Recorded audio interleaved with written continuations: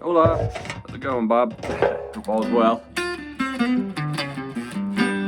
Got a message saying you wanted to get me to do Stormy Monday a little bit more.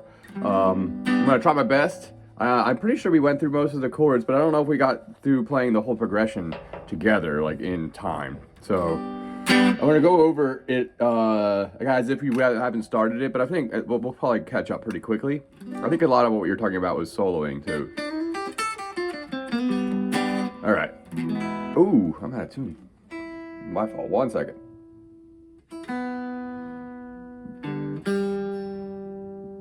There's the one.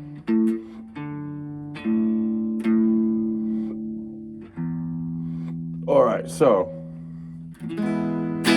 it's in the key of G. I think we talked about that. And I was going to talk about a few of the chord shapes we're using for this.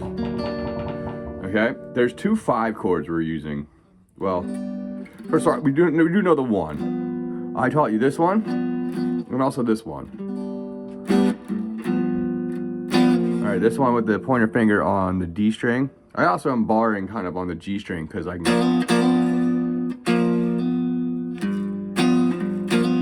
There's that one. And the 4 chord is going to be this shape, which is you got your pointer finger on the D string on 2. You got your middle finger on the A string on 3. And then your ring finger is barring the G, B, and E strings.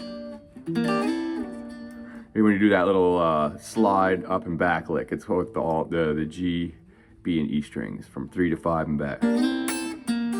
Really focusing on the G and the E string. You know, back to 1. All right, so then when it goes up, then it does this thing before it goes to the 5 chord. We're gonna go to from 1, 2, 3, 4, 1. The next measure, you're gonna go up another to an A minor. The next one, you're gonna go up to a B minor. And then you should go back to a B flat major. And that's where the 5 chord comes in. Okay, the 5 chord, I was gonna treat this as almost the same as the 4 chord, but you're gonna actually have your pinky on the high E string on 5, skipping the B string. I'm gonna get hit it if you want if it rings. It doesn't sound too bad. Well, it sounds a little weird. Okay, now the trick of this is that they have written in the version you were showing me that A flat. The trick of this is that they're actually doing a D to E flat back to a D, or I guess in this case it would be. Well, I'm treating it like that because this will be a D. We're gonna go up to here. They're grabbing the 2, which would be an A to or A to B flat, back to A minor. Okay. You could look at an A minor, or if you put your middle finger up 1 string on the A string, it'll be a D. So to go from 5 chord to the flat 6, which is the same voicing. You just slide up 1 fret and then back to the 1. But you could do it with the root down on the low E string too. All the other fingers are exactly the same as it would be for the 5 chord I was showing you. Slide up, but you just got your middle finger down an extra string. And then back to 1.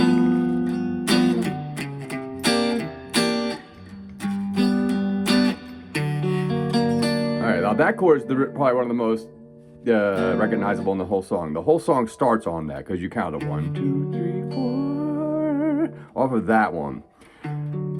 I think this is what you could call it. It's the same as the 5 chord, but this name wouldn't just be D7 in this chord in case, okay?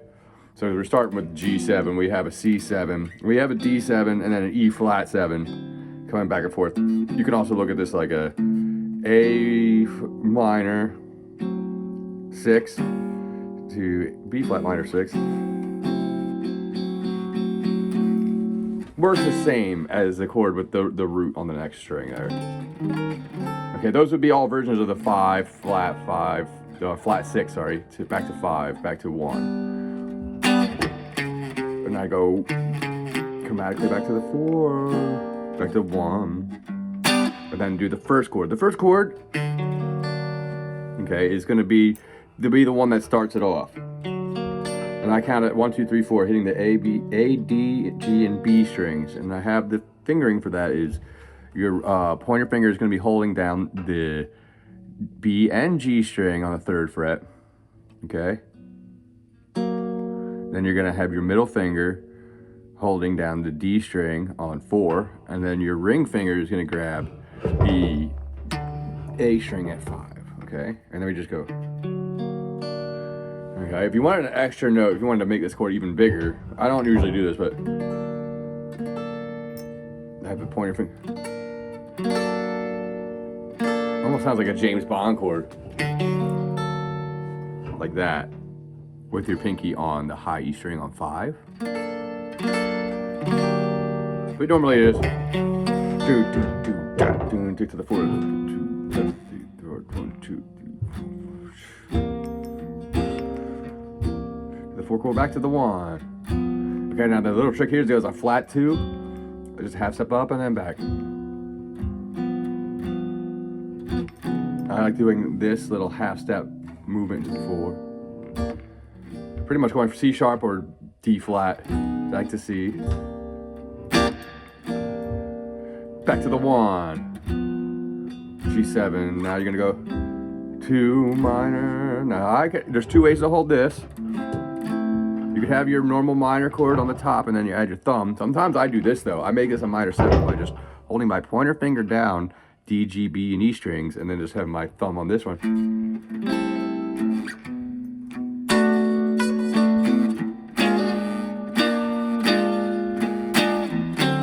Alright, now you got 2 choices when you get to each one of those chords could be the same. The B, the A minor, you could do an A minor or a minor 7. I do the A minor 7 a lot when I'm by myself as a guitar player in a band.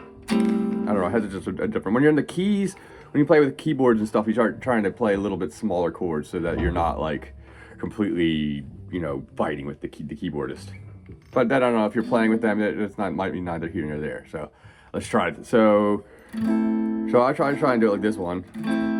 The B minor, then B flat major. You can also do this in the 7th position.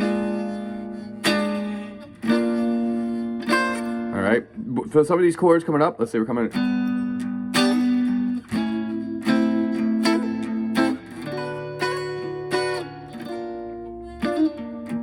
Doing all those same little things like we did from from Wind Cries Mary, all these little shapes are the same little shapes, so you have the same options for adding embellishments on like the E and the B string. For a minor chord, you got the same exact string options, A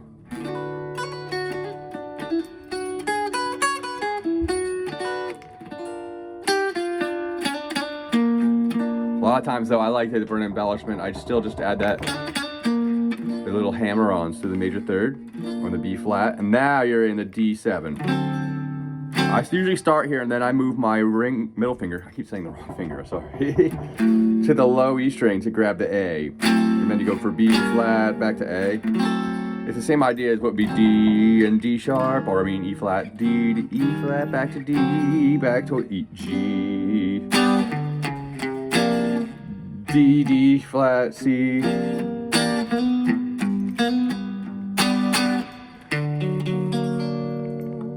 I don't remember the name of that chord. I want to call this the D. It's almost a D7. It's like a minor 6th in there that they added. This note here.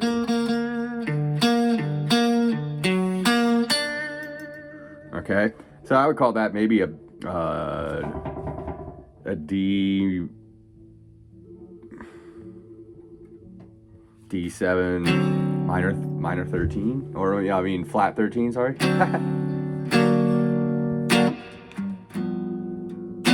All right, so that's how the progression goes pretty much. Those are all the voicings. I'm gonna play it a couple times. There's one other chord I did want to show.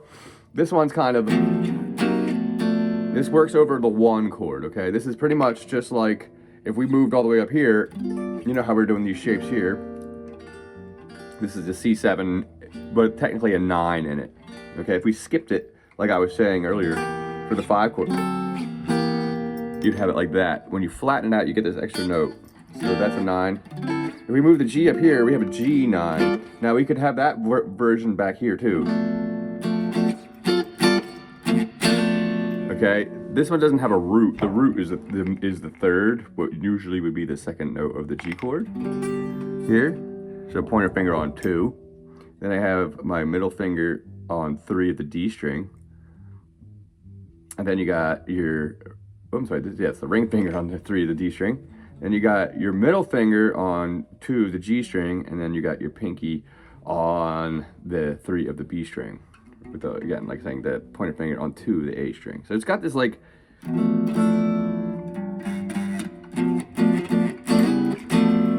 right, so at the beginning of the song, he does this thing, 1. I love holding this chord especially when I have a mellow feel to the blues, slow blues, like this one has. So I was showing you this one. That's probably the one I would do most often while singing. I use this one for embellishment of a lick. So like if I was going, so we got. We call it Stormy Monday. And C, Tuesday back to just a sad back to G.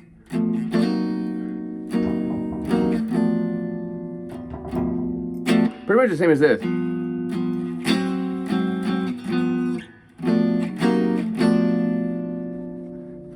Similar, both similar. They're versions of the same thing. That's pretty much what it is.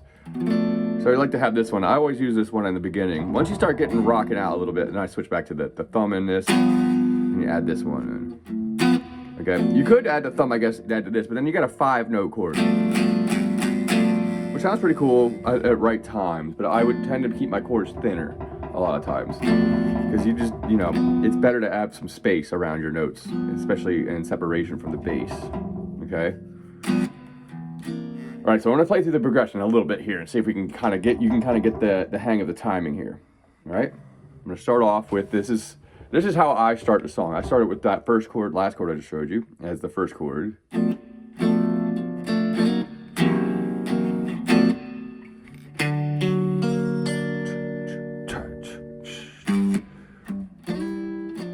going to add the bass line too.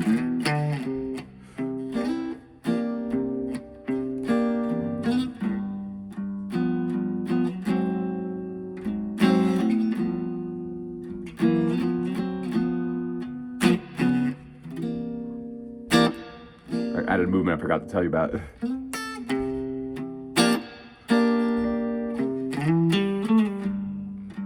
G to A minor 7, to B minor 7, to B flats major, to D7. Now I'm switching it down to the 2, which would be A to B flat, back to A, back to G, G, D sharp. D, C sharp, C.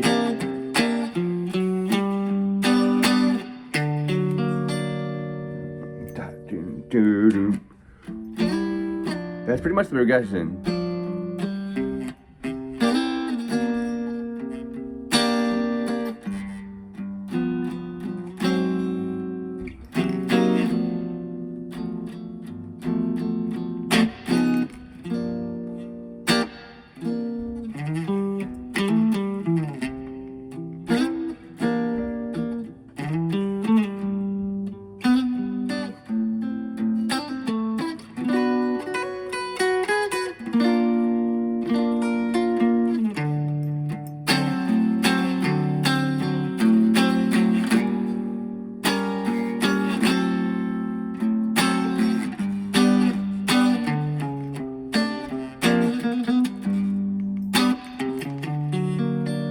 I gotta stop improvising over this. I'm so used to filling in the gaps. Can you do it again?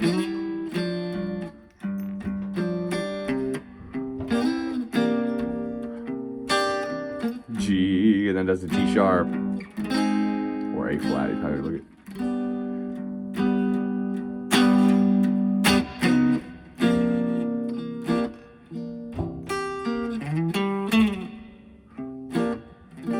Okay, I'm out.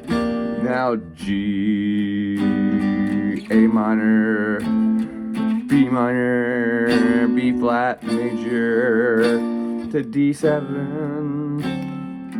Now they're adding the A in the root bass, and then B flat, then back to A, back to G, C sharp, B, C.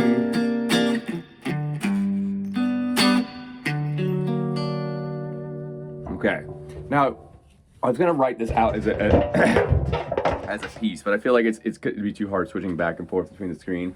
I've tried that before. It didn't work as well as I would hope. But one thing I wanted to write, and I'll write that one down maybe when you come back, is that, and I think I showed this to you though, and maybe you could figure this out without having to look at this, is that when we have this scale pattern, this chord, it's based off the chord shape, right? So when we're playing that first one, we're playing the first chord here.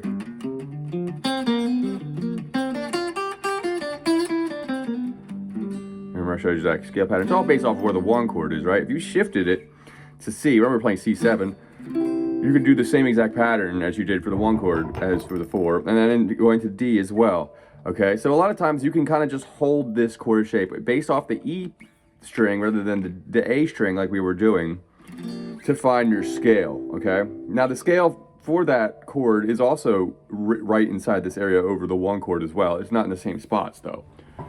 It moves. So that's why one way you can learn how to try and play inside the chord is just moving with the chord in the root position based off the E string. Okay? And what's cool about this song is, I mean, a lot of times in blues songs, there's only 3 chords we're working with. But in this song, we have a couple others. Okay? We have the 1. Okay? Now we have 2 versions of the 1. Right? Like that. And then we have the 4, like normal, and the 5, like normal in all blues songs. Okay? But before even like the 4 chord comes around for in the 5th bar of the 12 bar, we have this like this little half step. Sometimes they go. I did that once there. I don't know why I just started doing that. Sometimes I do that. I usually don't. Don't know why I did. That's a little bit harsh. Sometimes I'll just hold it. But the idea though is that once he slides like right there, you actually can play the whole scale pattern 1 fret up. Although I wouldn't necessarily do the whole scale pattern because that would be too much for that short little time. You know what I mean? Where he goes like this, like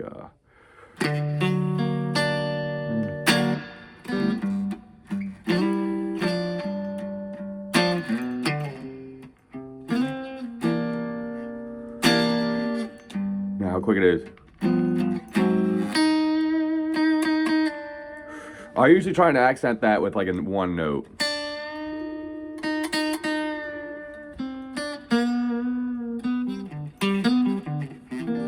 And you go to the next chord. So you got the C one.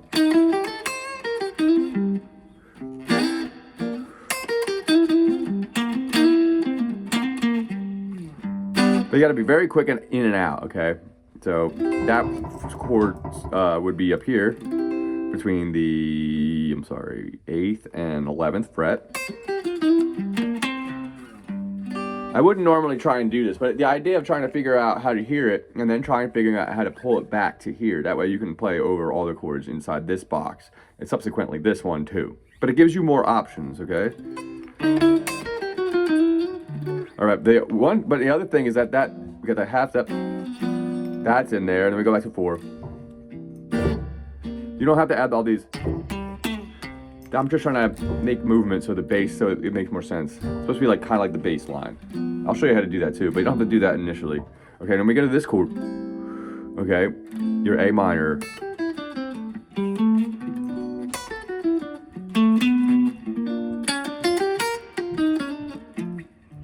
Okay, you know, it's like I'm pretty much treating each one of these voicings when we went to that. This is when we were going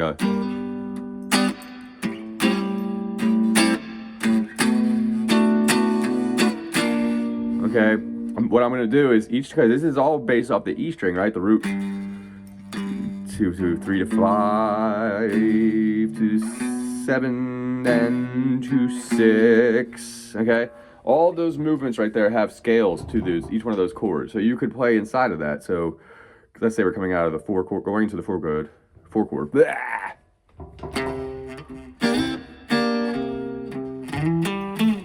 Over to the C.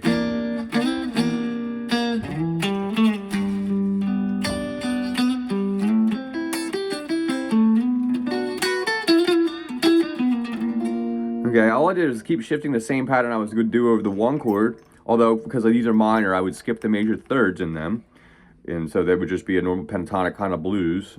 I kind of mix certain notes in there, sometimes like the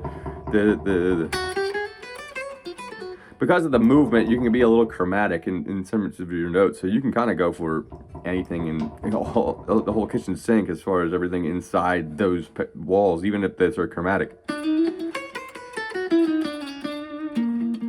But although you got to be careful because you got to, know the pattern. So treat it as like a pentatonic pattern, and then you can find more of the notes as you search outside of that pattern, like I was showing you. Each one of these chords can be kind of played in that sense, where you're looking at it as, you could look at it as trying to stay inside this pattern too, but you could move them. And I like to do that, especially for quick chord passages. So like if we were doing this song, I would do it in the root position. So do do da do do do.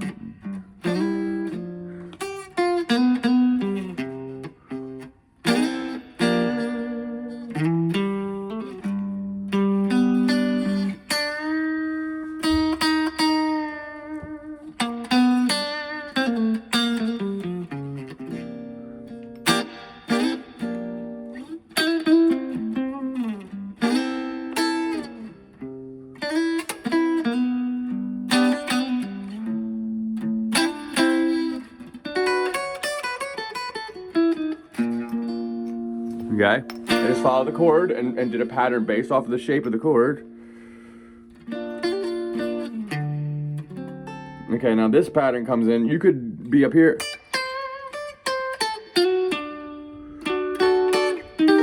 Now I do a D sharp, which would be 11th fret, back to the 10th fret. Pointing where the pointer finger starts, building that major shape from that pointer finger spot.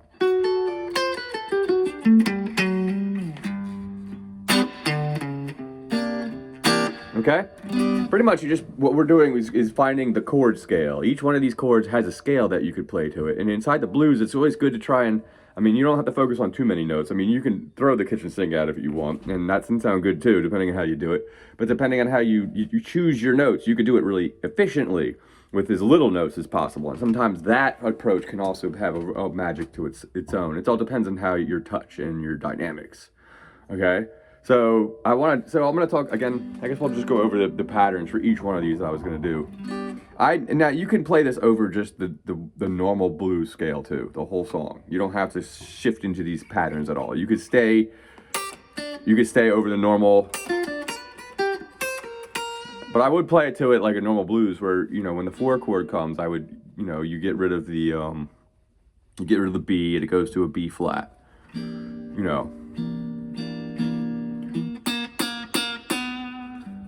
And it goes to B when you're in the G chord. When you're in the 5 chord. I almost said the 4th.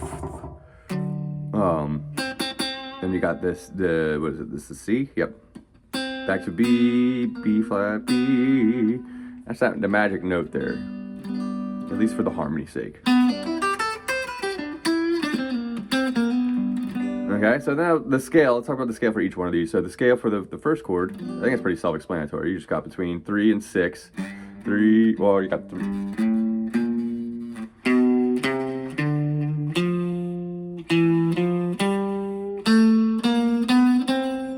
All right, so there's a lot of notes here. I'm just trying to remember the pattern. So you go from the G, 5th fret, G to A, B flat, and then the next chromatically, which would be B, which I grab here. So you can do the pattern here. B, C. Now you gotta have a note that's out of the scale here, but you can use it, but I wouldn't say that's a scale tone, that's like a passing tone. It's cool to go through it real quick, but you don't hang on it. So then the next one would be your D at the 5th fret, okay? Then on the 2nd fret, you got your E, F, and then you got another note here. Shows up, this note right before you get back to here shows up on the 5 chord. So if you were playing the 5 chord, you could hang on.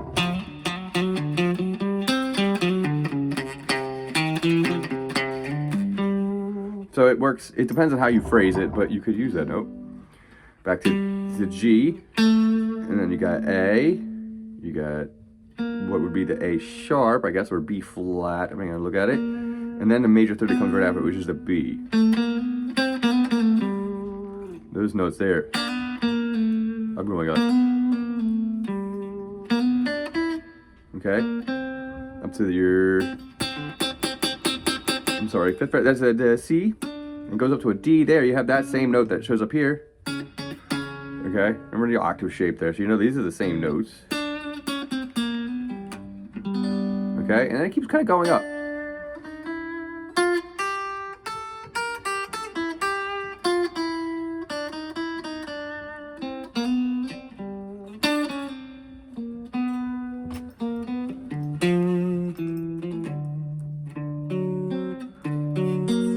Okay, and you got that too when you go over that chord.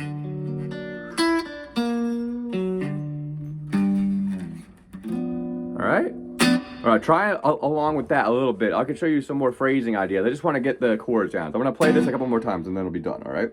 So I'll start from the beginning.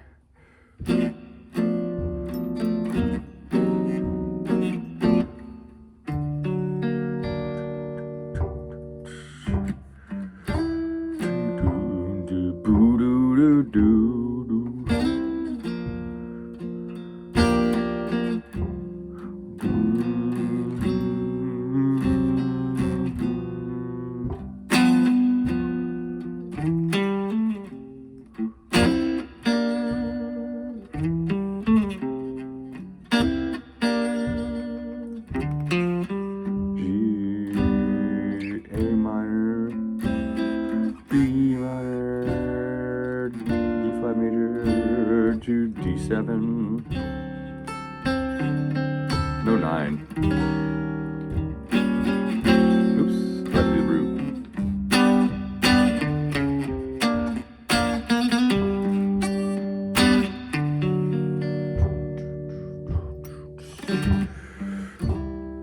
Call it Stormy Monday.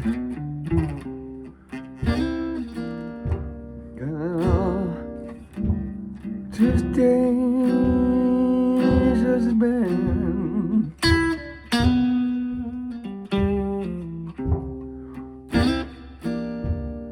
Stormy Monday,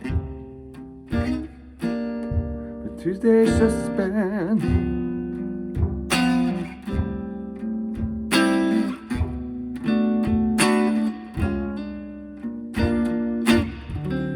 On Wednesday's worse. Thursday's also sad.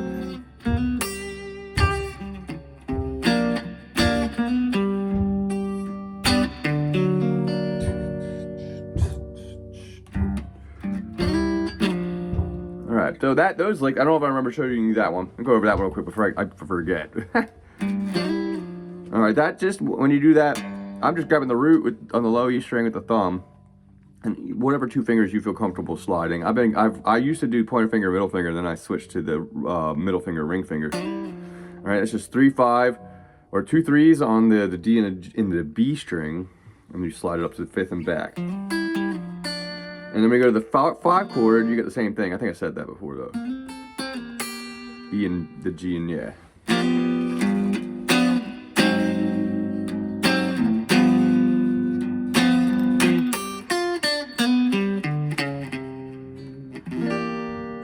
Okay?